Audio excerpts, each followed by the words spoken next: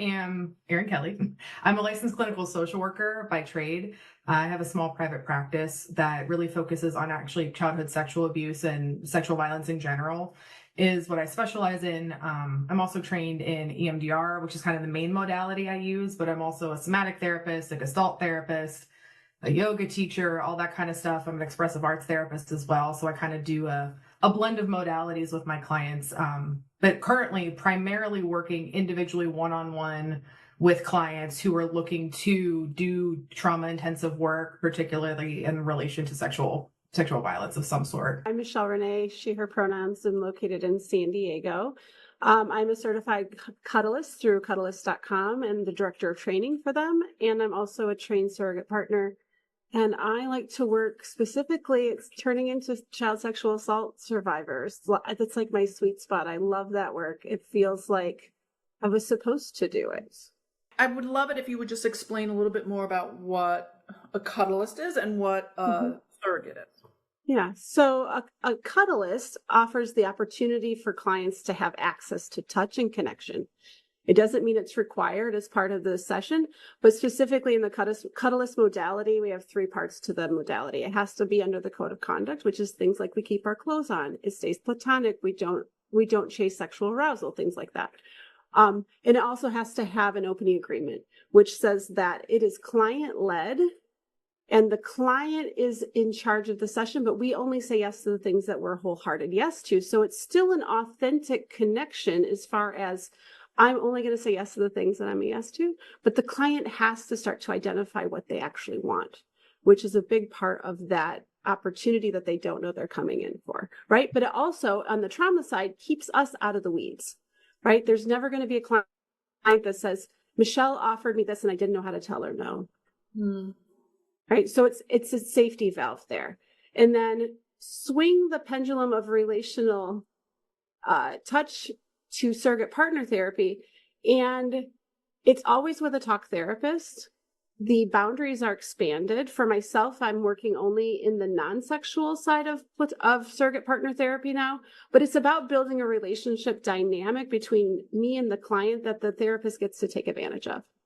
Right. So we are all talking to each other. In the case of Erin and I and Judy, our client, we're really collaborative. Our triadic meetings are what we do every time before I meet with the client. We all 3 get together on a call and talk about what's been happening for the client.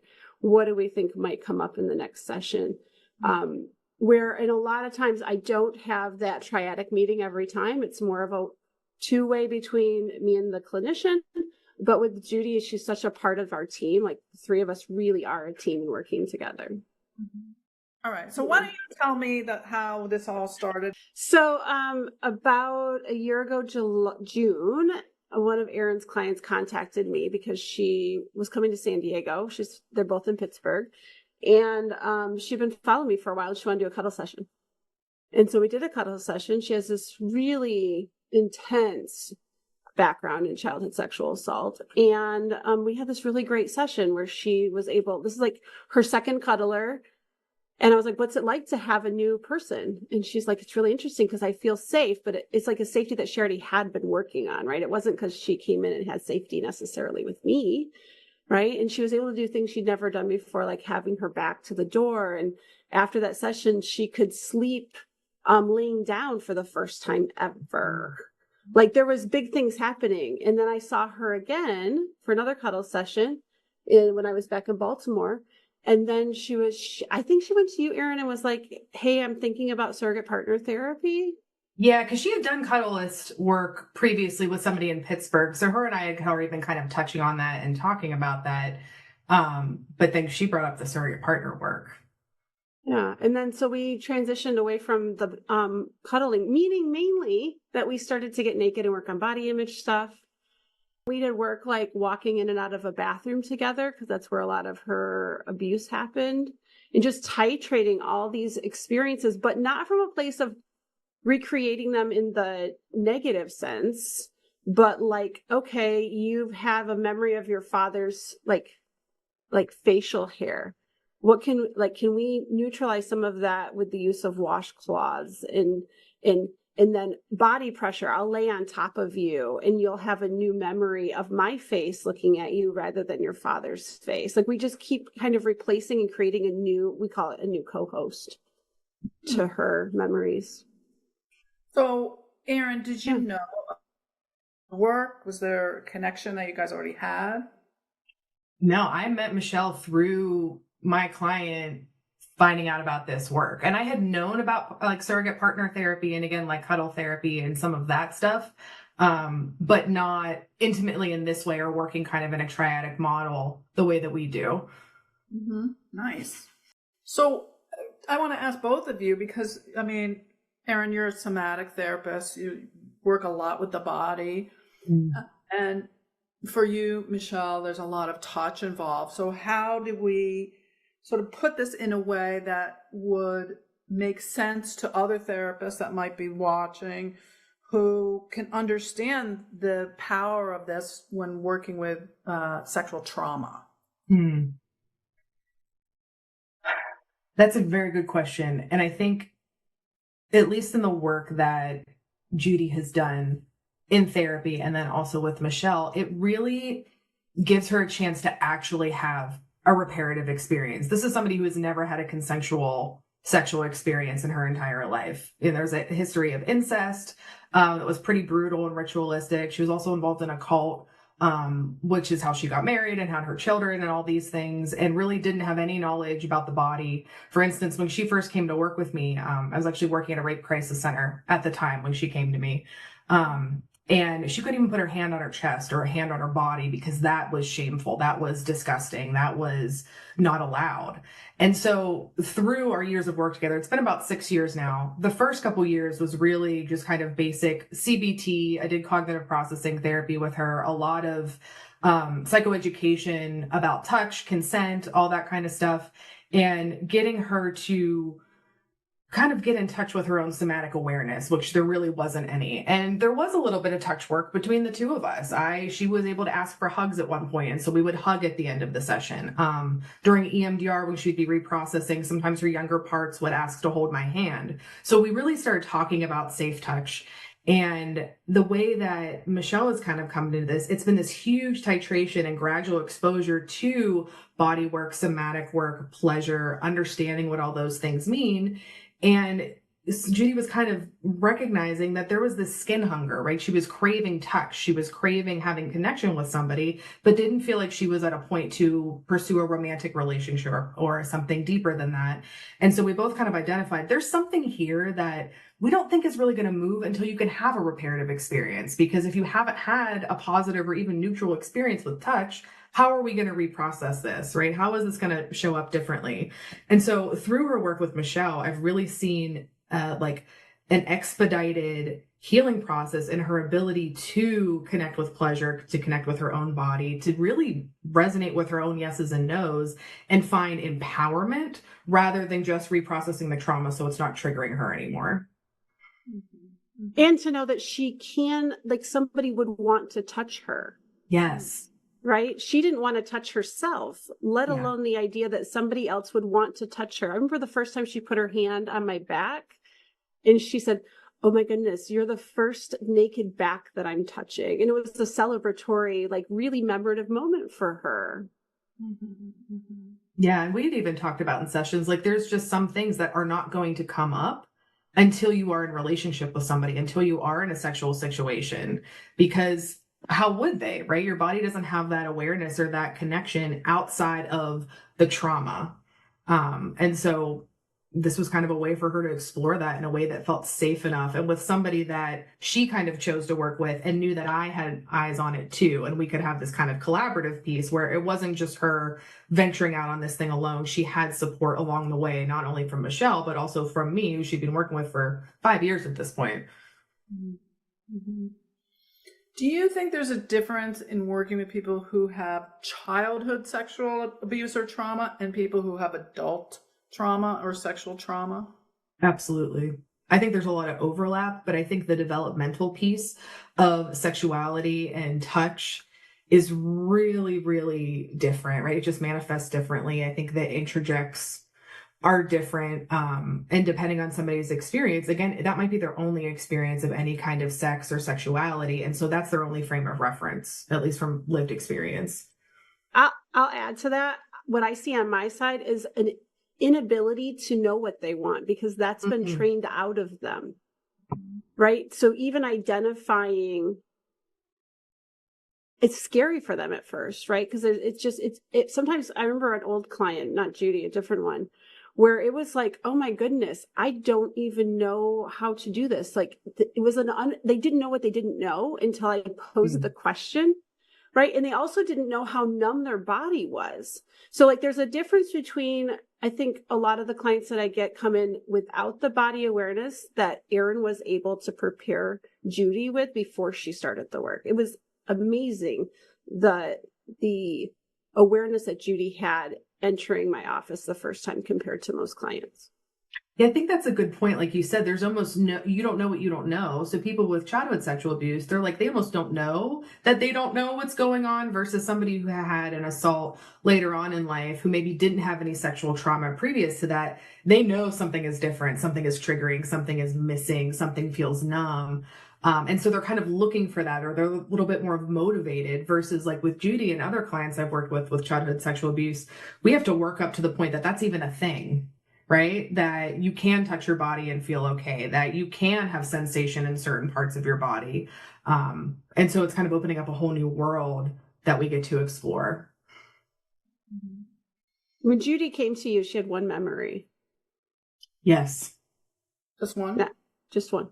Yeah. She knew there was sexual abuse and was like, yeah, I have this one memory of, I think it was actually something like going to her parents' room for support during like a thunderstorm. She was scared, and her father inappropriately touching her.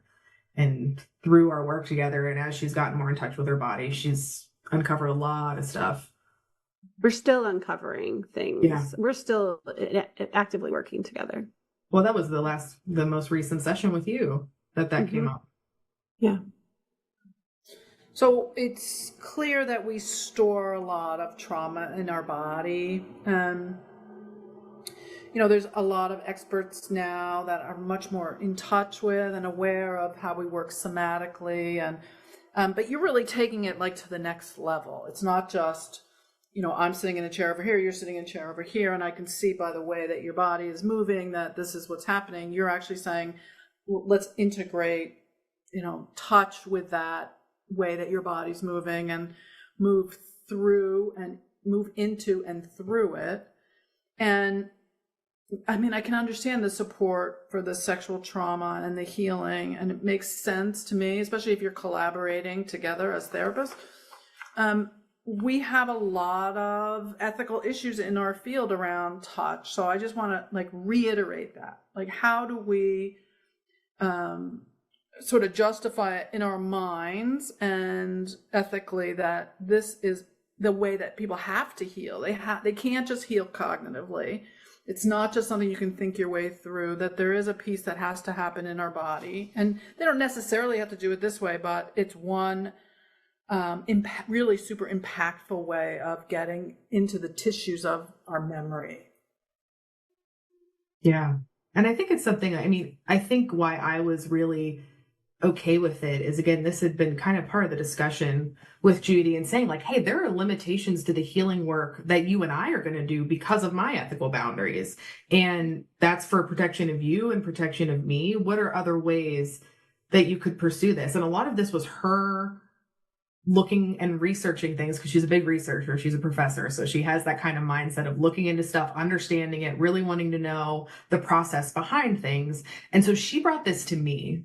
This was not my suggestion. I think I had mentioned the fact that cuddle therapy existed at one point to just kind of normalize the fact that hey, touch hunger and skin hunger is such a thing that there is literally a whole arena for people who are doing this work to provide cuddle and touch to people in a safe way. And from there, she kind of did her own research and brought it to me as it was therapeutically relevant, and just kind of clued me in. And I was like, okay, let's do whatever you want to do. How can I support you within this? How can we work with this? What do you need from me?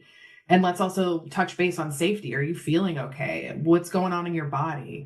Again, she was at a point where she really understood her own body cues and trusted those at this point in treatment. And I think that's imperative, right? If you don't have that, it's going to be a little bit touchier to go in the surrogate partner work. So I wouldn't just be like, hey, you have sexual trauma, let's go do surrogate partner work. And a lot of times that is kind of how it happens. Yeah. Like there's different places that you can enter the work, but I think this is such a great example of what I want to say is like the most efficient way to enter the work. Like there was so much less of needing me to do that, the foundational work of helping her learn to trust herself, learn to trust me, us building those communication agreements. She came in with kind of the same language already instilled, and it was off and running in a way that I haven't gotten to experience that with other clients. It's been really fun in a really horrific way, right? Yeah. If you can make the worst possible case the most exciting, like to watch her have these like, almost like you see the fireworks go off in session, right? And it's not from a place of like, we're recreating the trauma. It's not like, okay, if we think that people with sexual assault sometimes go out and unknowingly recreate that trauma over and over again, we're not doing that. But I'm saying, okay, your current thing that you're working on is being stuck between your father and the dryer. How can we do something that kind of touches on that, but from a place of positivity, right? So we practiced me hugging her against the wall. And she was able to name, oh, nope, I'm starting to dissociate. Great. We stop. We titrate it so that it's something that she only does when she's ready for it. And she has the verbiage to stand and say, no, stop. And then that becomes the next piece of the work. Is like, okay, I want you to practice that. Let's have me do this again. And you tell me, I'm full, please stop. And then I stop. And she gets to experience that in her body, me honoring her bodily autonomy. So, Michelle, where does that happen? In what session of the work? Like, where do you start, and then how deep do you go? How fast does it happen? Let's just use this session as an example. For this client, and again, exceptional client, we did 2 cuddle sessions. Those sessions are really, client, what do you want to do? I want to spoon. I want to, it's very clothed on, whatever. I can do surrogate partner therapy, but I'm not going to have sex with you, which has been a big transition in my work to make that new boundary, because that's not how traditional surrogate partner therapy goes, right? And so the next session, it was, okay, we're going to get naked. Let's take our clothes off. And she was excited to do that, right? It was a big deal. We never have a plan coming in. Right. Erin asked me the first time I met her, so Michelle, how do you work? And I got really like self-conscious, and like imposter syndrome shows up. And I'm like, I just show up and see what's in the room. This is improv work. And she's like, oh, good. That's what I do too. And I was like, oh, woo, we're on the same page, because I don't know what's going to show up. So like those first sessions, it was like getting naked, walking into the bathroom together, in and out, until it didn't feel so activating. We stood in the shower together without running the water, just so she could experience a positive experience with someone in the bathroom. She took her first shower in her apartment after that session, right? Next time we got together, it was, we did some masturbation coaching, because I thought, gosh, you've got to learn how to masturbate if we're going to work on this stuff. And I have Betty Dots in my, background in my ear, trying to help with like, oh shit, you don't know this. We've got to correct this, right? And so in that correction of me talking her through Betty's rock and roll technique, she had a moment come up where she needed to process some stuff around her father again. And I said to her, I'm not your therapist, but how can I support you? What do you need from me? Those words she has repeated over and over again about how powerful it was for me to ask her that. The compression therapy, laying on top of her and asking her to let me know when she felt full. And she said, what does that mean? And I said, when you can feel me in your toes and in your fingers, and I'm coming out your top of your head. And she could let me know when that happened, right? But then the next time I see her, that same act of compression, she can't do it that day. She's not ready. Okay, we back it off, right? We find something else to do until she says, okay, I think I'm ready to try that again, right? It's keeping her empowered. It's showing up as like a really supportive nervous system. It's just giving her a positive experience in some of these ways that are so negatively housed in her body. I think what's helpful too is a lot of this is stuff that her and I have talked about and also touched on in EMDR therapy. So she's done a lot of processing around them, but there's this final piece of like, but I still don't know what this is like. And from what I have heard from her and from Michelle both about the surrogate partner work is there is just this different level of embodiment and integration because now she has the full body experience to go with it. And I know a lot of what we were working on for a while there with EMDR was anytime, like she did get to a point where she would try to masturbate and be able to, touch herself and feel okay with that. But there was the piece of whenever her body got excited, she would shut down because orgasm equaled abuse. And so it was really working with the physiological. And we had talked about like, we can work on this with EMDR. And this might be something that, again, some coaching or working on masturbation, et cetera, might be good.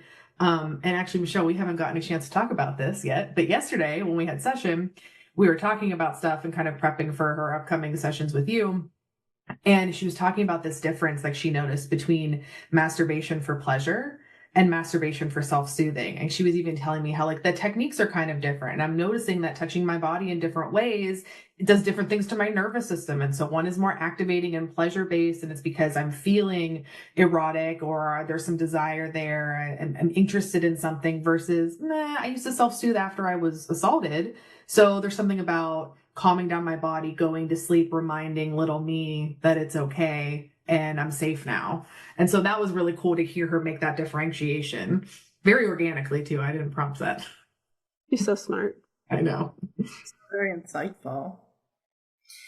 So anything else you want to add about this particular session? And then we'll tell people how they can get involved with this kind of collaboration. I think that people will do their healing in a lot of different ways, right? They'll find the thing that works for them. I think that we heal inside of relationship.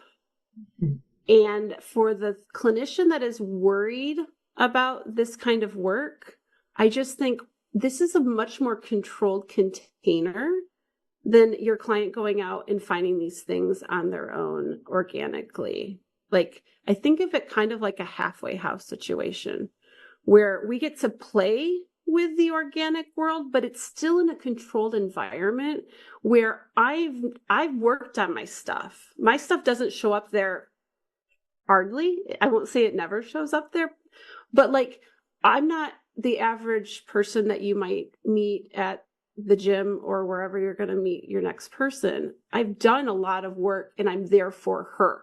I'm not there to get my own needs met. I'm in communication with your therapist. Like, there is such a safety net around that the worry feels like I understand it. And if you tried it, you might realize that there is less concern in that space than your client going out and acting out outside the therapy office, because you at least know what's going on.